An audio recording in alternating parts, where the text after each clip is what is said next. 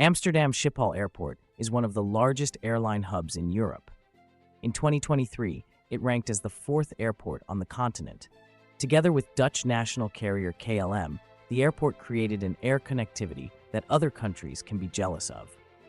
This massively helps the Dutch economy, as thanks to a big hub at Schiphol Airport, people can travel from the Netherlands to almost anywhere in the world directly or with much fewer stops than from competing airports such as Brussels.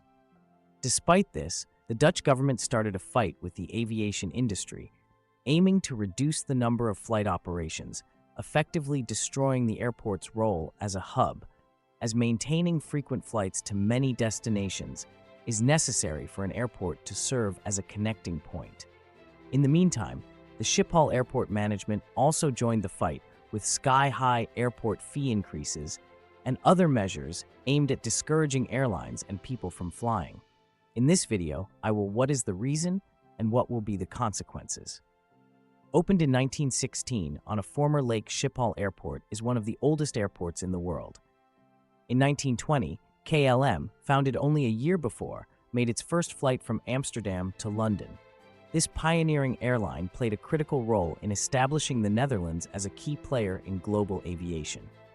KLM's commitment to innovation and safety helped it earn a reputation that attracted passengers from around the world. By the 1930s, Schiphol had become a primary destination for KLM's expanding network. The post-World War II era also saw explosive growth for both Schiphol and KLM. With the rise of commercial air travel in the 1950s and 1960s, the demand for air services surged. KLM was quick to adapt, expanding its fleet and routes. The introduction of the Lockheed Super Constellation and later the Boeing 747 allowed KLM to cater to larger numbers of passengers, further establishing its presence on the international stage. In the 1970s, Schiphol underwent significant expansions. During these times, a characteristic multi-runway airport shape was created. The introduction of the new terminal and subsequent renovations positioned the airport as a hub for intercontinental flights, which until 2020 was the third largest airport in Europe. This was a strategic move that enhanced its status as a connecting point, especially between North America and Europe, as KLM has a joint venture agreement with Delta, making it a crucial player in global logistics and travel. Nowadays, Schiphol Airport still serves as a home base and hub for KLM, connecting over 300 destinations worldwide. While the pandemic seriously affected the airport, as the Netherlands had one of the strictest travel regulations in Europe, which also included transit passengers, what happened after it shocked everybody, especially in the aviation industry. In June 2022, the Dutch government announced plans to reduce the annual Schiphol capacity limit by 12% from 500,000 to 440,000 flight operations. The official reason was the negative consequences that residents living near the airport face due to the noise, as well as the impact of aviation on climate. This was also called as a balanced approach between the airport and the local residents. Residents who have been living near the airport for a shorter period of time than the airport has existed. But the Dutch government's war with aviation started back in 2021, when the country started to charge more than €7 aviation tax per passenger per flight. This measure was clearly aimed at discouraging flying due to environmental reasons, but at least the amount seemed to be comparable to other European countries. However, not for long. From January 2023, this amount more than tripled to €26 and now stands at €29 per departing passenger and is expected to rise further in the future. However, this wasn't everything, as in the same year when the tax tripled, the Dutch government announced that the tax will also apply to transit passengers, which would make the Netherlands the only country in Europe doing this. Not exempting transfer passengers from this tax would mean that people booking a round-trip ticket with KLM would have to pay €58 of aviation tax. The goal of this measure clearly was to further destroy the KLM network and Schiphol Airport connectivity. Fortunately, due to the government change, these plans were scrapped. Now let's get back to Schiphol capacity reduction. Its date was postponed many times, pending assessment by the European Commission and multiple court rulings, many of which were in favor of the shrinkage. These decisions were every time met with strong criticism from airlines and other aviation-related organizations, both from the Netherlands and other countries such as the US. KLM said it would be forced to cut many routes and, as a result, jobs. However, help came mainly from the other side of the Atlantic Ocean.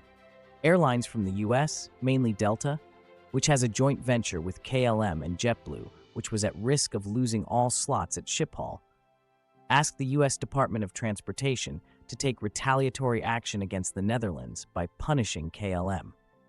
Governments of other countries also threatened that if their airlines will lose Schiphol slots, then KLM would also be restricted. Finally, the European Commission raised serious concerns about the plans for the airport shrinkage. All of this forced the Dutch government to halt these plans, threatening to still implement them only at a later date. Interestingly, Schiphol Airport said it was disappointed with this development, as local residents are getting the short end of the stick. The airport's interim CEO, who supported the airport shrinkage plan, said that the airline industry is facing much resistance in the Netherlands, and nobody in the country wants the flights to get back to the pre-pandemic level of 500,000 flights per year. So an airport CEO wanted to destroy the network of the main airline and the country's flag carrier operating from it. What do you think about this? Write in the comments below. Later, the government in the Netherlands changed. The new one is more supportive of aviation, but also announced plans to reduce the number of flights, however only by 5% and mainly at night. This was received by airlines as a huge relief. Nevertheless, KLM also expressed concerns about losing historic slots. But the Dutch fight with aviation industry is far from being over. Schiphol Airport announced in late October this year that it will raise its fees by 41% in the coming year and become the second most expensive airport in Europe.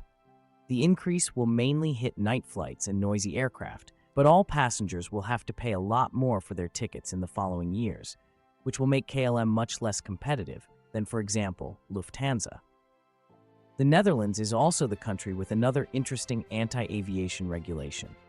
From 1st January 2025, the ads for flight holidays, airlines, and other industries that use fossil fuels will be banned in the city of The Hague.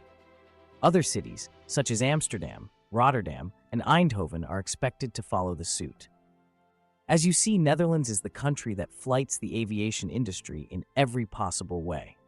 From airport reductions to extremely high taxes, fees, and advertisement bans, the country is leading the world. Please write in the comments what you think about this, as well as like and subscribe to my channel.